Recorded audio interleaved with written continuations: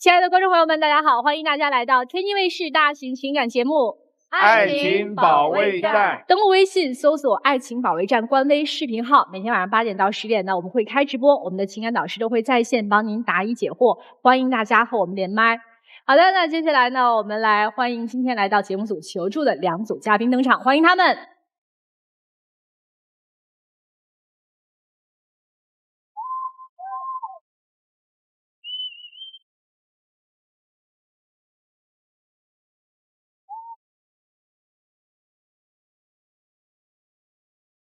本期第一对情感嘉宾，刘先生26岁，来自吉林，技术员；李女士27岁，来自辽宁，主播。他们遇到了怎样的情感困惑呢？你和他谈恋爱最大的感受是什么？我俩根本不像在谈恋爱，我觉得自己每天像在哄孩子，很心累，很疲惫。和他在一起让我觉得没有尊严，因为我总是被数落，给我身心造成了很大的压力和影响。影响你俩感情的因素是什么？他根本没有边界感，极其幼稚没主见，答应我的事儿总是做不到。为什么他现在不能像以前那样包容我了？他的工作让我没有安全感，而且他性格强势，脾气暴，无论什么事儿都是我的错。到底我怎么做他才能满意？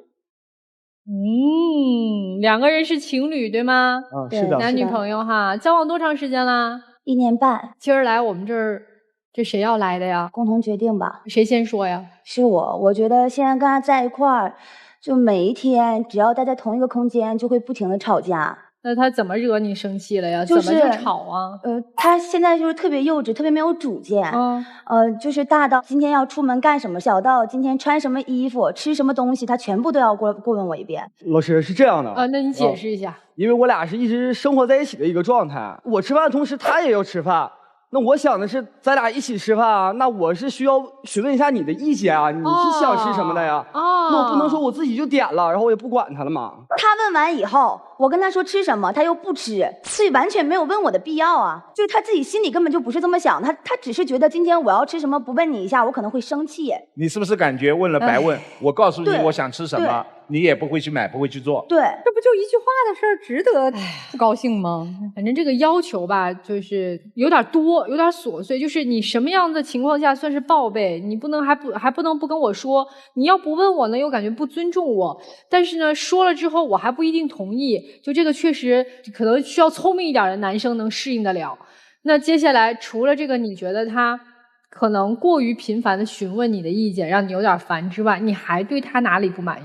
目前来讲，他觉得我就是脾气太暴了，什么事都指责他，什么事都觉得他错，但他从来就没有想过，为什么他现在做什么在我眼里都是错。在我们刚在一起就还没到1个月的时候，他有一个前女友，有一天我就发现他在一个短视频评论区那边艾特了他的前女友，而且用了一个很暧昧的称呼。在我看来吧，我可能就只是想开个玩笑，当时因为我和那个前女友之前的关系吧，属于是朋友一类的，就是他对我可能很照顾啊，像姐姐一样的，所以我想的就是开个玩笑啊，也无伤大雅的东西。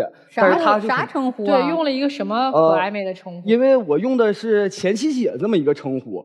你称那个前女友是前妻姐，前女友开心吗？其实前女友当时应该是没有回复，就不联系不就完了吗？老师，这件事发生以后，我就给人家删了，他要求的嘛。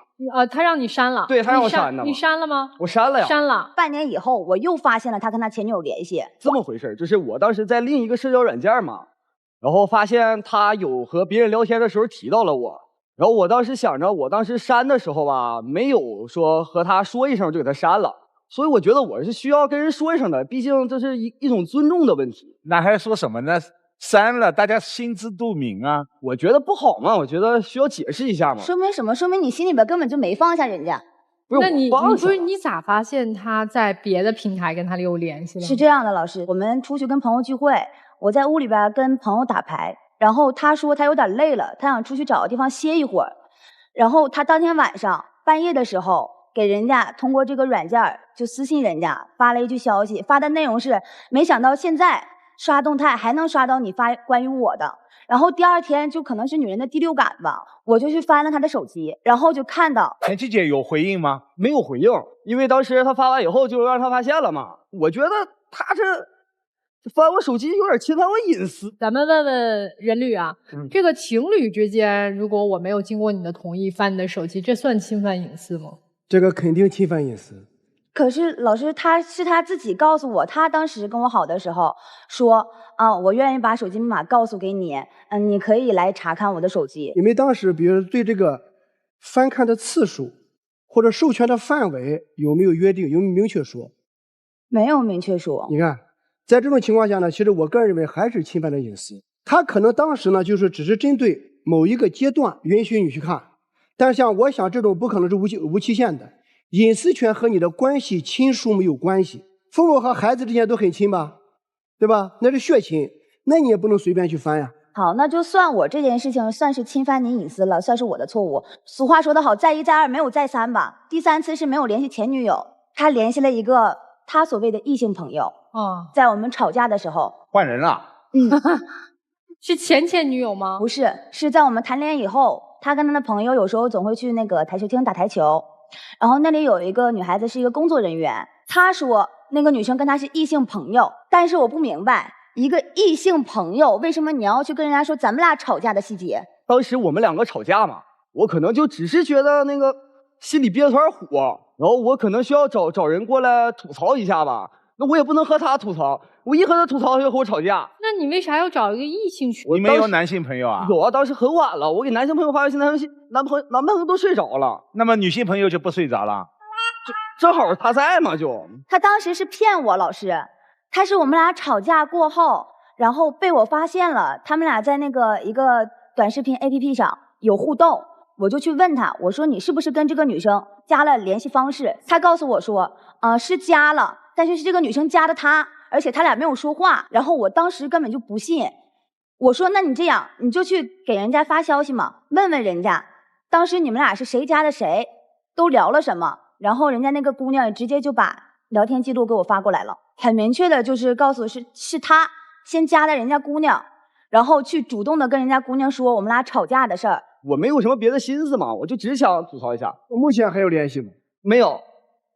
也是被我发现了以后，我说你把他删掉，他删掉。所以他在跟你谈恋爱期间有过很多让你觉得特别不踏实的行为举动，对吧？我觉得根本就不尊重我，他一点边界感都没有。好的，那男生，你觉得你的女朋友在跟你谈恋爱的过程当中，你是对她100分的满意吗？肯定不是啊，老师。就针对于安全感这件事情来说啊，我觉得我和他谈恋爱也很没有安全感。你怎么没有安全感了呢？老师，他是有工作，他工作不是主播嘛，然后他直播的时候吧，就经常会有那种榜一给他刷礼物什么的。然后他们在线下的时候也会打电话，打到凌晨3点什么的，这些都是有。这是我的工作嘛。然后我觉得，那人家来我的直播间打赏了这么多，那我私底下肯定是要维护一下人家的，说一些他那个今天都发生了什么事儿啊。他跟你吐槽他跟他女朋友吵架的事儿是吗？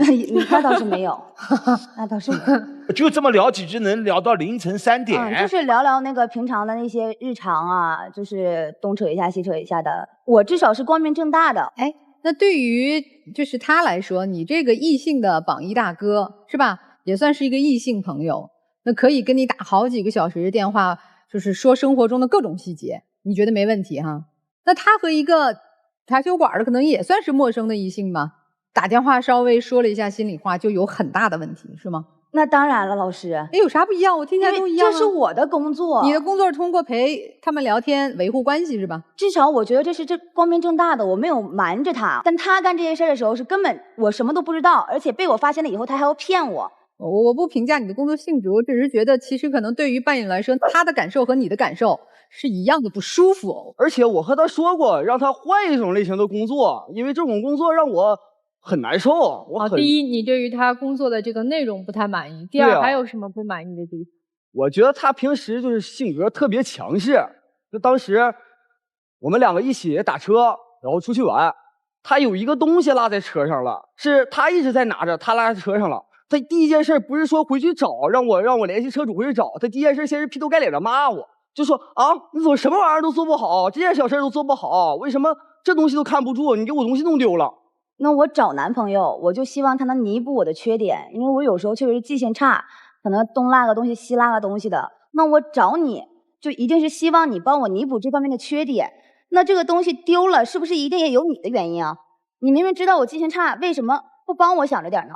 但是你不能上来你先怪我，你应该从自己身上找原因吧？那我跟你谈恋爱初期我脾气就这么大呀，为什么一开始能忍得了，现在忍不了呢？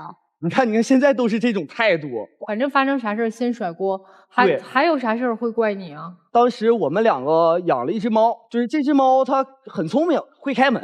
然后当时它上班，然后我正好是下班，我回去，然后我上一天班很困，我寻思我睡一觉，然后就是门可能忘反锁了，猫就跑出去了。然后它下班回来以后，它第一件事不是说找猫，先给我整醒，然后先骂我。那不骂你骂谁啊？你把猫放出去了，你不反锁？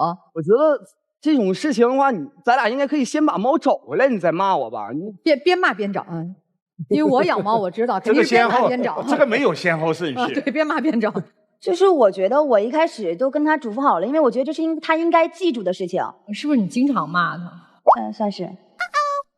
但是我觉得我跟他在一块儿，刚在一块儿的时候，他就知道我是这样脾气的人。男生现在是不是有点受不了了？对啊，就感觉主要是心里的压力太大了，就每一天都感觉自己特没尊严。我就不明白，咱们2个人在一块儿谈恋爱，你要什么？你要的哪门子的尊严呢？做人是该有尊严和底线的吧？你不能说每一次小事儿都要骂我。你的意思就是和你谈恋爱，他的尊严就应该都让给你了？那我觉得，反正至少2个人在一块儿的时候，没必要谈面子不面子吧。哎，那他强势的地方，除了说他会发生什么问题都第一时间数落你，还有什么其他的表现吗？就是他可能会需要我做一些自己不喜欢的事情，就像有一次啊，他想出去喝酒，我当时刚下班，然后他喊我和他一起去。我说我不太想去，能不能不去？然后他就开始生气，他就不允许我不去，我必须要陪着他。那你要喝不了呢？我喝不了，我也得去陪着他。哦，就坐那儿就行，是吧？坐那儿都得陪着他。那男朋友不就应该陪着吗？是不是？但我上一天班我也很累啊，我需要休息嘛。啊，那他要是跟小姐妹什么的一起去喝，可以吗？这种情况下，他也要求我和他一起去，而且要求我必须收拾的特别精致，和他一起去。那你作为我男朋友，当然是要打扮帅一点，跟我一块出去玩啊！你想着是我给你挣面子，你从来都没有想过给我面子。怎么叫给你面子呢？我又没有在外人面前劈头盖脸就那么一顿骂你。你怎么没有过？你有过呀！你就是这么说我的呀。哎，他有当着他的小姐妹或者他的朋友的面骂你是吗？他也说我，就经常说我，也数落你，也数落我。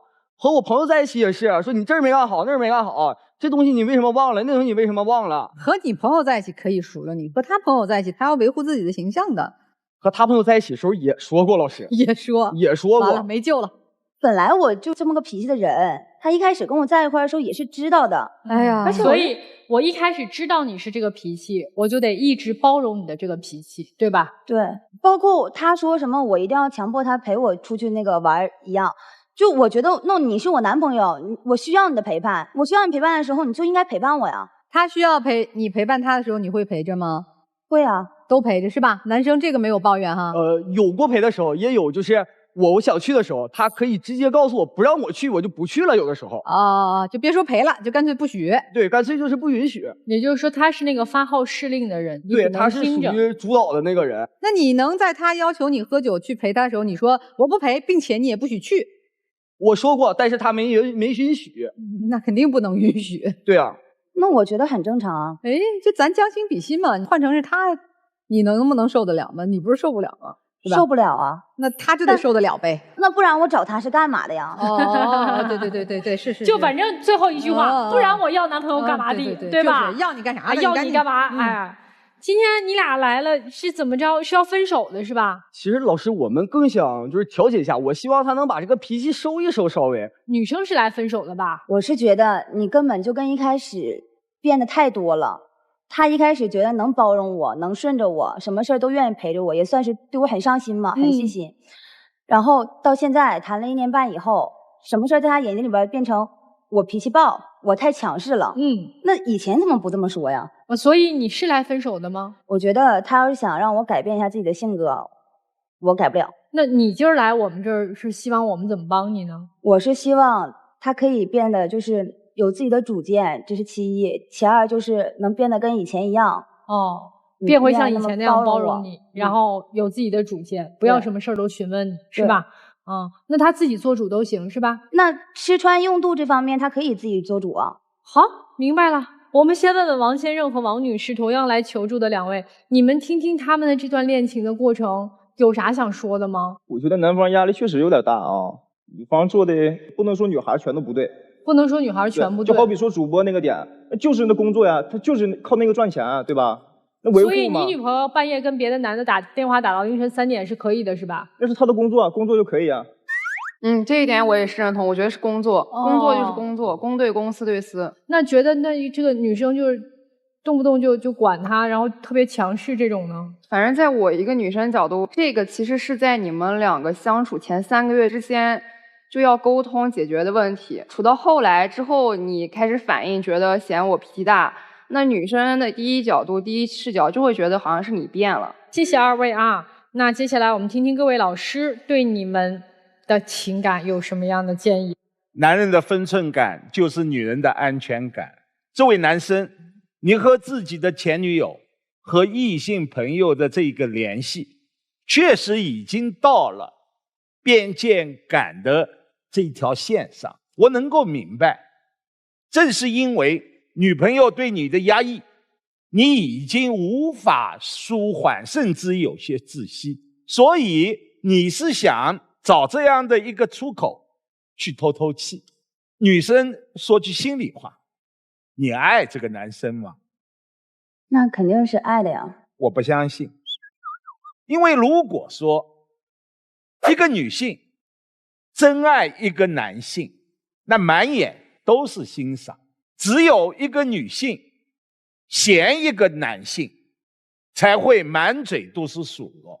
如果说要挑毛病，这个世界上哪个人挑不出毛病呢？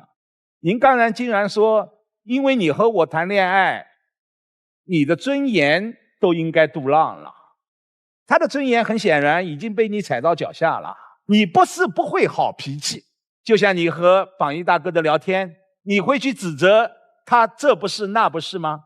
所以这样的恋爱谈得很窒息。男生，你真的非常非常喜欢这个女生吗？是啊。喜欢什么？喜欢她压榨你、数落你、指责你、埋怨你。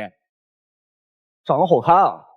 我明白你的想法，就是因为她长得好看。你其他还有什么呢？你还坦诚说出来了。好看不能当饭吃啊，好看就要把自己的所有的尊严、人格、面子都要踩到脚下，这笔买卖不值得，亏本。如果你是榜一大哥的话，你觉得他会不会改变？我觉得会，是吧？所以我觉得什么呢？我觉得女士啊嫌弃你，这是根本。就你们表面上是什么呀？这个女士的语气不好，情绪不好，声调很高，你接受不了。你比如说这个丢猫丢包，这些都是表面。我可以告诉你，榜一大哥把猫扔了，把包丢了都没事。我可以告诉你，女的现在看不上你，甚至看不起你。你刚才说了一句话，因为这个女孩长得漂亮，你喜欢她。而且刚才于老师问这个女士说，她爱不爱你？她说她爱你。我认为你们俩说的都是真的，但是你们俩真不合适。她长得漂亮，她爱你，并不代表你们俩就能走到一起。因为我认为你们俩之间的矛盾现在有点不可调和，而且你们俩之间呢很难找到平衡点。因为女士说的非常清楚，她不让步，她原地踏步，但要让你回到从前，让你变得像原来的温顺听话。你现在也做不到了，你呢现在也成长了，只是说你没有成长到她要求的高度。我跟女士说一下啊，假设你们俩还能走到一起的话，我给你提12个字：描述事实，表达感受，提出要求。怎么理解呢？比如说，我发现你之前和你的前女友啊，或者和台球馆的那个小女孩聊天了，但是你没有告诉我，这叫什么？这叫描述事实。然后呢，我有点失落，我很不高兴，这是你的感受，然后提出你的要求，说什么呢？那么以后遇到类似的情况，希望你提前给我说一下。我不是为了监视你，而是我为了获得安全感。我觉得你采用这样的方式去和他沟通，或许你们呢还有一种可能。但如果你不改变，我认为你们俩之间即使走到一起，也是一场痛苦。谢谢任律。如果有想要更多了解任占敏律师的观众朋友，现在有一个非常简单的方法，就是去关注我们北京冠岭律师事务所的微信公众号。有任何法律方面的问题呢，大家都可以咨询我们的任律啊。我这个觉得李女士跟你谈恋爱，她就太累了，我的天呐，就是你这个要求和标准一会儿一变，一会儿一变，就是我必须得完全按照你的节奏标准去谈恋爱。就当然他有他的问题，但是其实在你身上，你有没有想过自己在这段恋情当中太横行霸道？你说的那句话其实挺扎心的。你说两个人在一起要什么尊严不尊严，是因为你在这段感情当中完全是有尊严的，所以你感受不到当别人没有尊严的时候是什么样子。大家不会觉得哇，你看这个女生好厉害，你看她把她男朋友驯服得多好，大家只会瞧不起你。第一，觉得你没有素质；第二，觉得你没有家教；第三，觉得你非常的懦弱和自卑。为什么？人只有超出自己能力范围解决的事情的时候才会发脾气，因为我解决不了，所以我发脾气。所以其实我觉得你应该反省的是自己，而不是你们两个人的感情。你现在看似在感情当中是站在上风的，觉得你对他都是颐指气使的，你可以指哪儿他打哪儿，但其实真正谁离不开谁是在分手的那一刻。所以你应该好好审视一下自己。我非常不赞同打着工作的旗号跟别人去聊天，这就是在伤害你的另外一半。但是你却堂而皇之的说这是我的工作，因为我赚钱了。如果每个人都可以这样去伤害自己爱的人和爱自己的人的话，我们都可以完美的打着一个旗号啊。他也可以说跟台球厅的那个女生什么这是我的工作啊，这是我工作合作的伙伴，那这不就是有背叛行为的渣男说的所有的话是一样的吗？我是工作，我是应酬，我不就可以随随便便了吗？那这样我们的信任去哪儿？我们的尊重去哪儿？所以既然谈恋爱，就尊重对方的感受，要不然就分开。相比起来你俩啊，我更讨厌男生。你跟他吵了架，会去跟一个台球厅的半熟不熟的姑娘去抱怨你的私生活，你说你用个难听的词儿多么的龌龊。因为你知道那个女孩子愿意听你聊，你在她那儿要得到你所谓的优越感，在这儿挨了骂了，在那儿找找平衡。你为什么总觉得她不停地在骂你啊？说到底啊，你已经不再喜欢她。如果只喜欢一个人的美貌，谁也不是仙女儿。仙女儿天天看她也就那么回事儿，所以你的新鲜感，你的那种体验感已经过去了。你不喜欢她，所以你很烦她，烦到宁可和一个陌生的小姑娘聊天儿。所以男生，我觉得你生活确实边界感很差，而且很自私，而且没有耐心，而且不愿意成长。就爱情其实是什么？是一个容器。为什么说生活、爱情都是酸甜苦辣都有？怎么就会这个容器变成是爱的样子？是因为我们今天把一份温暖给了对方，倒进去一点甜蜜，明天发了一点小脾气不愉快，又倒进去了一点苦涩。但是我的这个小脾气是因为心疼你，天冷了出门没有加衣，回来冻感冒了，我把你大骂一顿。那对方觉得虽然他是苦的，发脾气不好，但他是心疼我的，他还有一些甜，所以甜蜜加多了，那个苦涩就会慢慢的淡掉，最后呈现出来一份爱的样子。人没有完美的，没有完美的爱人，每个人身上都有缺点。我们不是爱他的缺点，我们是因为爱他的优点，爱他爱我的样子，爱我爱你的样子，最后把对方的缺点都包容了，把对方的不足都融化了，最后变成了爱的样子。女生你一点也不可爱啊，你天天骂来骂去的，人一生都在改变，都在调整。没有人受得了你的坏脾气。所以我觉得你俩不适合在一起，分开。分开之后去调整自己，男生更有边界，更像一个男子汉一样。女生调整性格，你不管跟谁发脾气都是一件坏事，都会影响你们的感情。我在想，两个本来就不般配的人为什么会走到一起来？你们从一早的时候其实就应该没有什么共同语言，两个人彼此都只能够看中皮囊。你的女朋友，我说句难听的，好歹叫做她在跟比她强的人聊天，在社交，你却只会向下兼容。你只能找那一些可能受教育程度还没有你高的姑娘，还没有看过世界，还不知道外头就是社会多凶险，荣华富贵长啥样，当然你也不太知道，但你也就勉强能在这一类姑娘面前找找存在感，你连往上去够一够的勇气和努力都没有。甚至现在你会开始抱怨你女朋友所有的埋怨其实核心只有一个，就是你咋不行呢？我跟你在一起的时候，我觉得可能你不行，但万一你被我调教调教，你行了呢？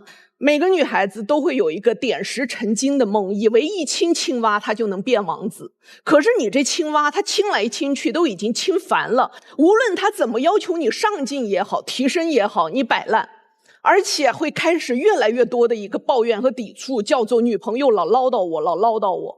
你但凡能听得进去你女朋友对你的唠叨，你早就成为不一样的你自己了。可是你不啊，你抗拒的要命啊。所以今天你不要再说什么只要女朋友改改她的脾气，我就能跟她在一起了。你女朋友但凡脾气改一点，你都不配跟她在一起。然后对于你女朋友来讲，当时只是因为闲得无聊，一个男孩子追求我，长得也还不错，好像对我言听计从，我养一只猫也是养，再多个阿狗怕什么？然后养了以后发现不太好，一方面拿不出手，第二方面好像看不到未来，第三个甚至阻碍了我自己的现在，使我不能自由做自己。于是你看他是百般生厌啊，你亲不成王子的姑娘，不管是你对他有过的什么样的幻想，现在可以灭了这个幻想，你们就是两个路数的人，好吧？都好好的去搞搞事业吧，我都不劝你们去寻找爱情，你们先找到自己个儿吧。大千世界这么美好，有那么多值得你们探究的事儿，就别在彼此身上探究了，好吧？能分手就分手吧。接下来你们二位休息一会儿啊，坐那儿听听他们的烦恼。来，我们两组嘉宾交换一下位置。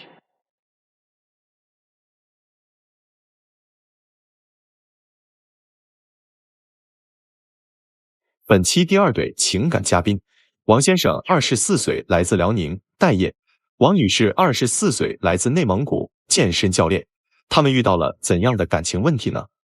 你觉得自己在他心里是什么位置？我在他心里还不如河沟里的鱼呢。我充其量吧，也就是个工具人，可有可无。他肯定心里面没拿我当男朋友，我俩的关系就比普通的朋友强那么一点点，最多算是生活搭子吧。你最受不了对方的是什么？我最受不了他不分场合，毫无征兆，而且说动手就动手，一吵架吧还跟我分得特别清楚，不就是嫌我没钱吗？我就想问问他，到底能不能跟我处了？是我不想跟他处吗？明明是他没日没夜风雨无阻，不顾我的感受，一天到晚就知道钓鱼。我今天就想知道，到底是鱼重要还是我重要？情感问题无人倾诉，渴望专业的解答与指引，即刻打开微信，扫描屏幕二维码，添加爱宝小助理的微信号。每天晚8点，微信视频号官方直播间，资深情感导师暖心陪伴。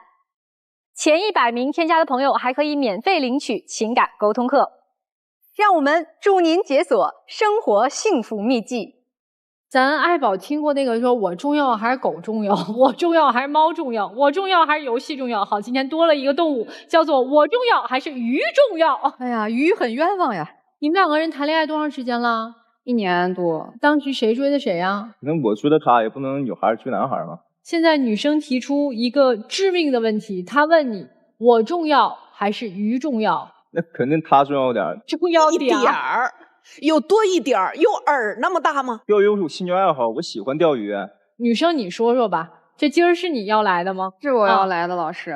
我们俩处之前他就爱钓鱼，然后我当时也觉得就是兴趣爱好吧，然后我觉得身为女朋友就陪他呗，3陪2陪的，这1年多了，就是不停的钓鱼，然后最近1-2个月钓鱼钓到什么程度了？就是凌晨的时候也去钓。然后像前2天吧，杭州那边就是高温，中午的时候就说出去钓鱼。我其实不想去，但是我觉得不去他也不高兴，我就去吧。然后出去那个电动车都烫屁股，钓完之后回来，当天晚上又跟我讲说，走去捞鱼，就喂他的那个桂鱼，他那个桂鱼是食肉鱼啊，我就已经很无语了，不想去了。他就跟我说没事，晚上不晒了。你要是不去的话，我一个人得1个小时；我要是去了的话，他半个小时就弄完了。那我就感觉我就跟工具人一样，就是你钓鱼你就想着我了。今天还带了我就是钓鱼的战绩也给你们看一下，老师啊，那个是桂鱼，一共是3条桂鱼，我特别喜欢这桂鱼，都是你钓上来的？对对对，当时我又给桂鱼买了打氧泵，又是鱼缸啊，又是过滤器啊，就是各种东西我都给它买了，我特别喜欢那条桂鱼。养在家里是吗？对，我不吃鱼，但是我养鱼，就是这个桂鱼我养起来了，就是有一天就是他那个什么出差回来了，非得让我去接他，他自己不能回来吗？非得让我去，好，那我去嘛。第2天到家了。鱼成白汤了，就桂鱼打架把那个氧气泵打到河里边了，就死了。我回家水都白了，就是因为去找他，我的桂鱼才死的。鱼死了，你赖女朋友去，因为去接他造成这2件事，他又不产生直接的关系。那你要上班的时候鱼死了，咱辞职？因为他现在没有固定工作嘛，就接一些兼职吧。我钓的那个是路亚，它是一个假饵，钓真鱼嘛，我需要把这个抛出去，然后专心致志的去控制这个鱼饵，有感受鱼咬。他倒好，他没事就给我打电话。因为有兼职要抢单嘛，你要是晚了来不及的话，就接不上了吧。然后他就嫌我给他打电话打扰他了。哎，你现在不工作呀？我现在是待业状态。那就每天钓鱼啊？偶尔接兼职。杭州的生活成本不低呀，你靠什么生活呢？靠你养他吗？我一点都不靠他。老师，你说起这个事儿，我又想起个啥事儿？他自己就是套着他的那个借呗花呗花吧，然后他还给朋友借钱，借钱的这个事儿没有提前跟我商量，而且并且借的这个金额是就2500，不多不少的，然后没有打欠条，这是第2点我生气的点。第3点就是他这个钱到现在还没有给他还完。律师老师，就是这个钱是我的，对吧？是我俩没有结婚。他有权利管这件事吗？从法律上来讲是没有权利管的。那不属于多管闲事吗？而且我那朋友说不还了吗？他每个月都还我呀，就2500块钱，他确实有难处啊。女士这样，他花他自己的钱就让他花，他借的钱呢还不了和你也没关系。你们俩是情侣又不是夫妻，你担心啥呢？你嫌我没钱吗？你为什么会觉得你的女朋友这么想你呢？我接兼职嘛，就是有一次就是他说话其实就让我挺伤心的，是怎么回事呢？我接兼职跳竹竿舞。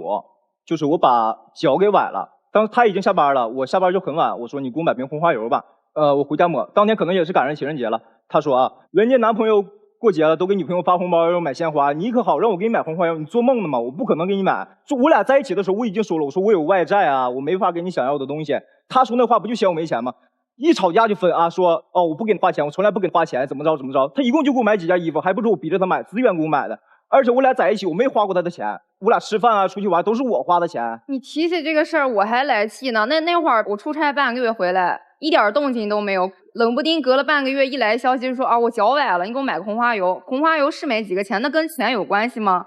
你经济能力不够，那我们俩找之前我就知道这个事儿，我也没有怨过你啊。我当时就觉得半个月我都没有你消息，没有一通电话打过来问一下我，然后隔了半个月啊，脚崴了想起来我了。我那半个月出去跟钓友约好了去钓鱼，我能毁约吗？所以你就觉得他这是在变相的嫌弃你，就是嫌我没钱。没钱咱工作咱挣，咱不就有钱了吗？但我喜欢自由，我不喜欢早上起来了就去上班。所以那你没钱，它是不是个事实呢？是事实。但是这是事实，你不能嫌弃我。为什么嫌弃我呀？哎，那你应不应该过节日啊，送他个礼物啊，或者是平常表示一些心意？作为男朋友，作为男朋友是应该。你送过他什么礼物？礼物是没有。所以人家抱怨一下还不行，一抱怨就说是他嫌你穷。他一个星期7天要钓几天鱼呢？5、6天，也就1、2天时间才在兼职。对，是这样的。而且他就是因为他睡眠不好，比如说凌晨4点钟，他突然就说：“哎，天亮了，钓鱼去。”就是还会邀请我，我说我不去，太热了。就是他还会觉得就是我变了，他说啊，你现在怎么这么矫情？最开始我俩在一起的时候，我说走钓鱼去，他都会回去说啊，多晒晒太阳对身体好，想变得再黑一点。后来就不行了，只要一去啊，这儿不舒服那儿不舒服啊，然后我就让他拎个桶在旁边跟着我就行，或者坐那都可以。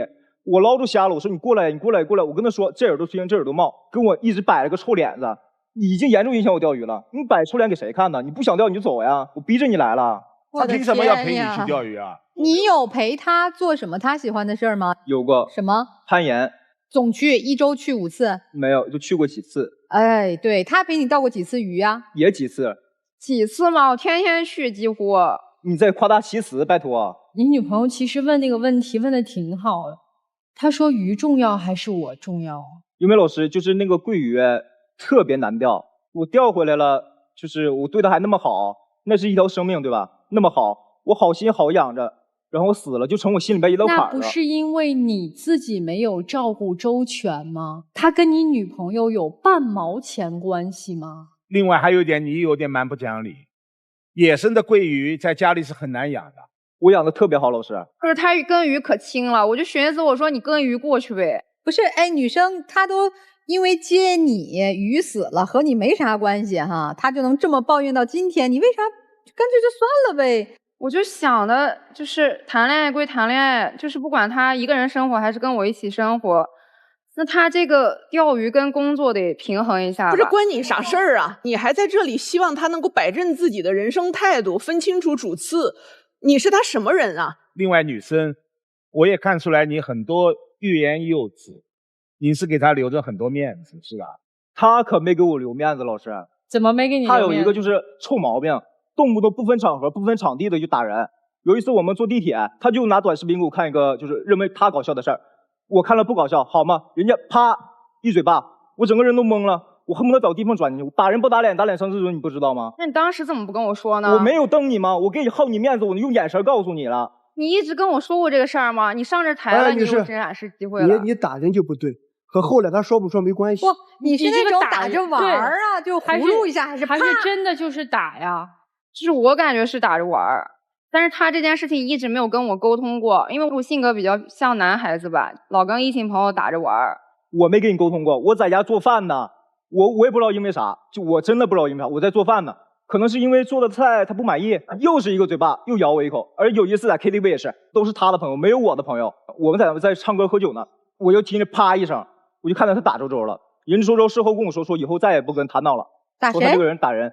他的朋友，但是他这一巴掌不是说我们理解意义的，他这种呼一巴掌给你一巴掌这样的是吧？他其实里面还是有一点开玩笑的成分，实在是。如果说这种是开玩笑的话，那他是很招人烦的吧，老师？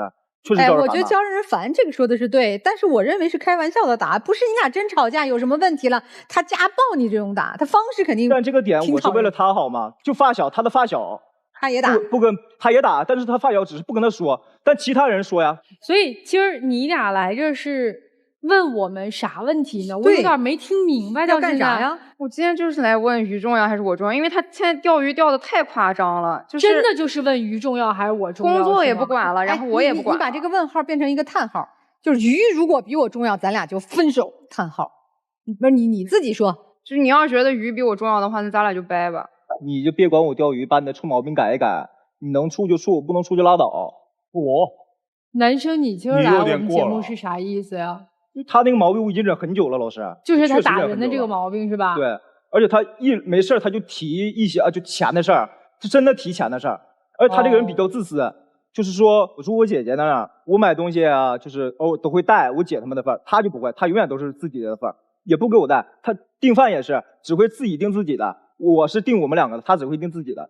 是有过这种事，因为我觉得我跟你在一起，因为他钓鱼钓得太夸张了，我也没有要求他陪我，然后经济能力他也没有，然后我已经去陪他钓鱼了，那么热的天气，晚上还挨着蚊子咬，我觉得我已经付出时间陪你了，那我自己想吃什么东西我就自己点自己，我就不想给他点。你的意思是你人都搭进去了，钱咱就别搭进去啊？就是我就是这样的。你俩今儿要分手吗？如果他能改一改，就是别管我钓鱼啊，别老说分得那么清楚，嫌我没钱。能改一改就行。能改一改就行。能改就行。你就不分是吧？那你对于钓鱼这事儿呢？没事儿，我肯定还是会钓，但是工作我也肯定会找。好，女生呢要分手吗？我也不知道。什么情况下你就一定要分手，忍不了了？就是又要我花钱，又要我花时间的时候。你花什么钱了？你花啥钱了？就给我买几件衣服，我逼着你买的呀？你自愿买的吧？还给你了已经。男生说话太难听了，真的是难听啊！今天这样，我们先问问同样来求助的啊，来，刘先生、李女士，针对于男生钓鱼这件事情啊，我觉得你应该在钓鱼的闲暇之余，应该回复女朋友的消息，因为你这样做会让女朋友感觉到越来越疏远吧，可能会这样。就是不能只顾着钓鱼，得对，不能只顾着回钓鱼女朋友的信息哈。对，那你觉得在你看来，你觉得鱼重要还是他女朋友重要？我觉得目前看来的话，应该是鱼重要一些。目前你也觉得你投鱼一票是吧？对。好嘞，鱼现在一票啊。来，我听听你女朋友怎么说。我觉得吧，你在他心里可能还没有鱼刺儿重要呢。没有鱼刺儿重要。来吧，我们听听各位老师怎么投票啊。来，于老师。一对情侣去选择是女朋友重要还是钓鱼重要？我认为幼儿园的孩子也会回答女朋友重要，但是在这位男生眼里，一定是鱼重要。钓鱼是一个爱好，但沉迷于钓鱼一定会出问题，尤其是你这个年龄。您去看有多少像你这样年轻的，很少，都是中老年为主，他们有这个资格钓鱼了。我们人是要生活要生存的，尤其是一个男人。我并不是说不准不许他钓鱼，关键是要有度的钓鱼。有句话玩物丧志，您总懂吧？男人我们不能说为了钓鱼，我们把工作也丢掉了，生活也丢掉了，爱人也丢掉了，一切都没有了。有一点很明显，女朋友并不是没有对你付出，但她的付出你是把当成负担的，认为她管着你，她有没有错？没有错，但现在已经蛮危险了，她失望了。您看今天的场合，她惜字如金，我能看得出她心中有很多的委屈，甚至是遗憾，她已经懒得说了。这表明什么？你们两个人吃饭，她竟然会点自己的外卖，不点你的，难道真的是她抠门吗？不是，是她失望了。她认为我们两个人就我一个人，旁边这个人就是和鱼为伴。所以男生，我认为您需要做调整。这个女生，我可以坚定的说，她是喜欢你的。如果说这个女生不爱你，你今天在这个场合对她这样的一种态度，咄咄逼人，时不时就怼她，说话都把她逼到了绝路，换了另外的女生转头就走。她为什么还站在这？她还盼着那一丝希望。你很简单，把钓鱼当成业余爱好，一周当中5天好好工作，双休放肆的钓鱼，白天钓晚上钓都可以。那鲑鱼死的原因找到了没有？找到了。找到了，什么原因？疏忽了。是疏忽和你女朋友有关系吗？有点关系吧，但大部分都是我自己原因。我可以告诉你，没有直接关系。鱼死亡的原因很多，没有直接关系就不要把它放在心里了。真的，这个是翻篇，这个是翻篇。我看你很在意这个事，我担心这个是影响你们的发展，这是第一点啊。第二点是这样的啊，我们俗话说是叫什么？授之以鱼，不如授之以渔，对吧？我们呢说是这个3天打鱼2天晒网，我们还说鱼与熊掌不等兼得。你今天的问题很简单，鱼和女友不能兼得，你们将来不可能风雨同舟。爱好呢是什么？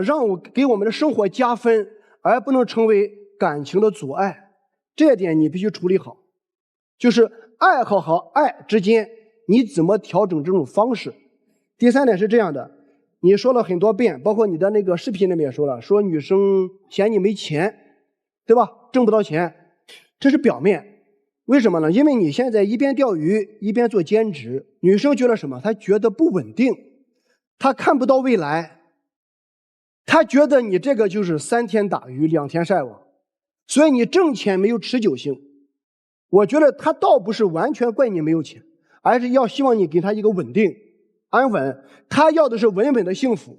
我建议你找一个稳定的工作，而不是兼职。我为什么这么讲啊？你到一定程度之后，你如果没有稳定的收入，那渔具你都买不起。所以我觉得，我建议你找一个稳定的工作，这样不管是对你女朋友、对家庭，还是对你爱好来讲，都是一个坚强的后盾。第4点是这样的啊，俗话说打是亲，骂是爱，但是我亮明我的观点，我不喜欢也不主张你们之间的这个真打或假打。为什么呢？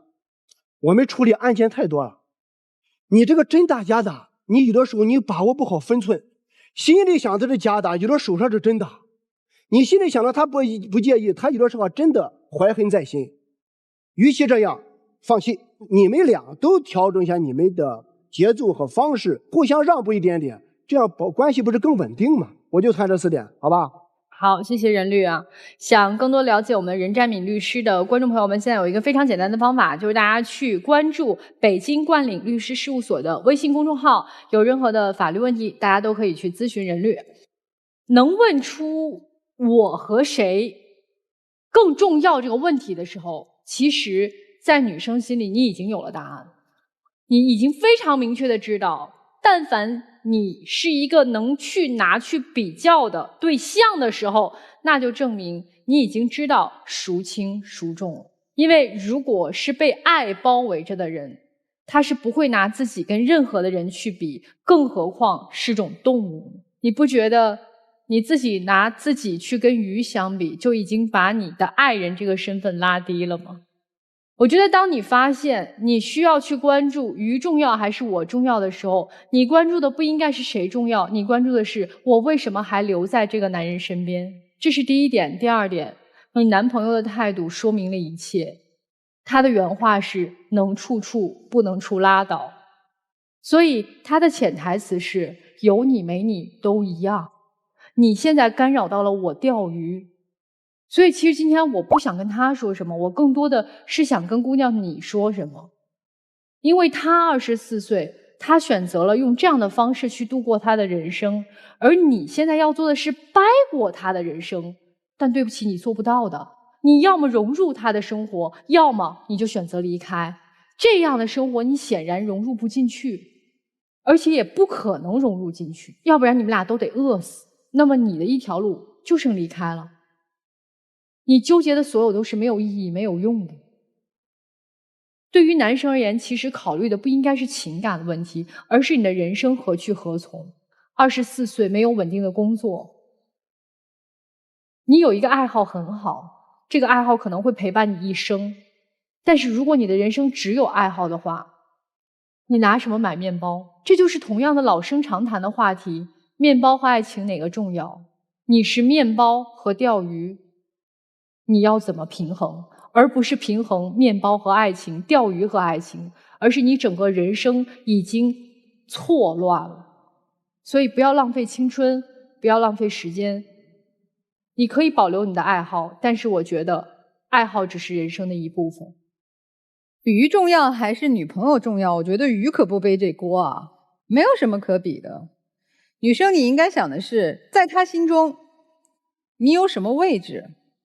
他的心里不是鱼不鱼的问题，是他心里没有你，他心里只有他最重要。钓鱼只是一个载体，他喜欢这事儿他就重视，他不喜欢你这事儿他就不重视。他今天不喜欢钓鱼了，他明天喜欢什么种树了，那就树和你谁重要。他后天不种树了，准备去什么打拳击了，那就是沙袋比你重要。所以你在他心里没有位置，你了解到这一点最重要。我一直没有整明白的是，你为什么这1年多来，为什么就非得吊在他身边不舍得走？你都连和他在一起点外卖只给自己点，不肯给他点，我看你也没有多少爱了呀。为什么留下来呀？我也在想为什么。你有答案的，因为你只能在这个比你还自卑的人身上，或者比你还卑微的人身上找到一点自信。我只能找到这个答案了。你觉得你看我比他还是上进的，你看我还是自己点得了外卖的，我还没有外债，我还知道努力赚钱。我觉得你也很自卑。自卑的人才会眷恋一份根本就不爱自己的关系，才会眷恋一份其实你也不太爱的关系。我真的建议你们分开。你知道如果说难听点儿，姑娘她为什么宁可钓鱼也不在你身边陪你，宁可花钱去买路亚其实也不便宜，都不舍得给你买一份礼物吗？他在你这儿也找不到开心啊。那钓鱼至少鱼不会嫌他穷，你也一天到晚不给他好脸，嫌他这嫌他那，他为啥要陪你啊？所以你觉得他不思上进，没毛病，你就赶紧走。你留在这儿就是互相折磨。男生，我觉得哈，我要是你的家长或者是你的身边的亲人，钓什么鱼啊？有资格钓吗？你有资格现在谈什么我要爱好？您爱的这还是一年轻人，基本上都是富二代在玩的游戏，要么就是老年人，我闲着没事儿，我静心。你难道不应该24岁的年纪，聪聪明明的，还挺有口才的，挺能狡辩的，去找一份工作，踏踏实实生活吗？然后利用闲暇周末去钓鱼。你说人家嫌你穷，你这不是道德绑架吗？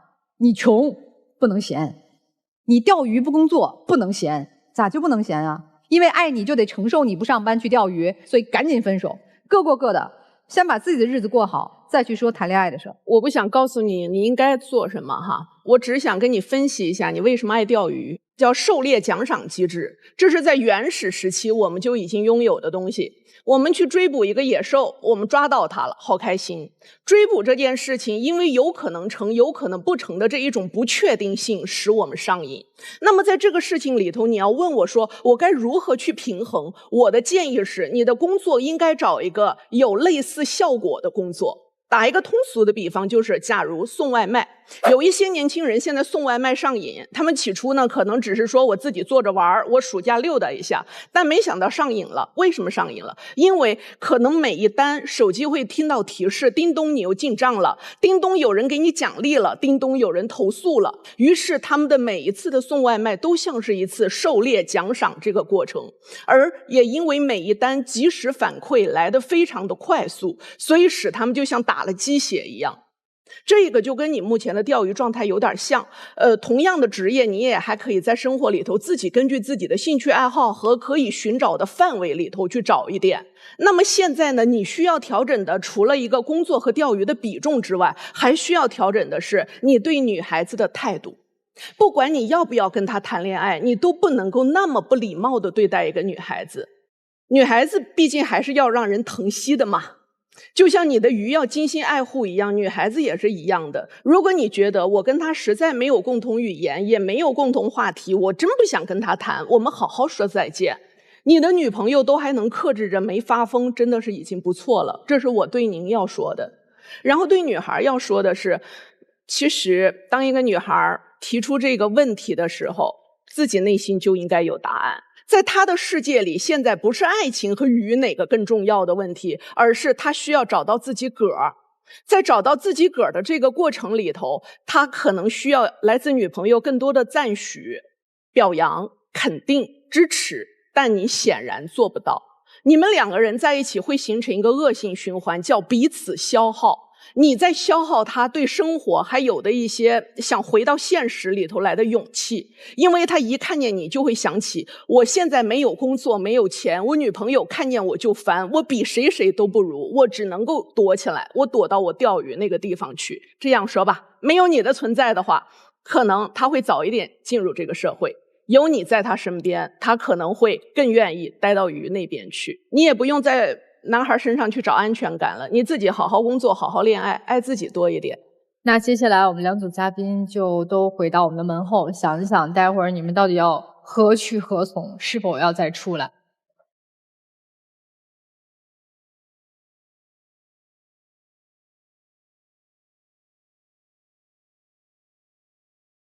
好，那在揭晓我们第一组嘉宾他们的结果之前呢，要提醒一下电视机前的观众朋友们，欢迎大家通过登录优酷视频、腾讯视频收看节目的完整内容。登录微信搜索“爱情保卫战”官微的视频号，并且添加关注。每天晚上8点到10点，我们会开通直播，我们的情感导师都会在线帮您答疑解惑，欢迎大家和我们连麦。好，那接下来我们一起来揭晓答案。3、2、1，请开门。希望他们两对儿。都别出来，对，都别出来，这出不来，这出不来了。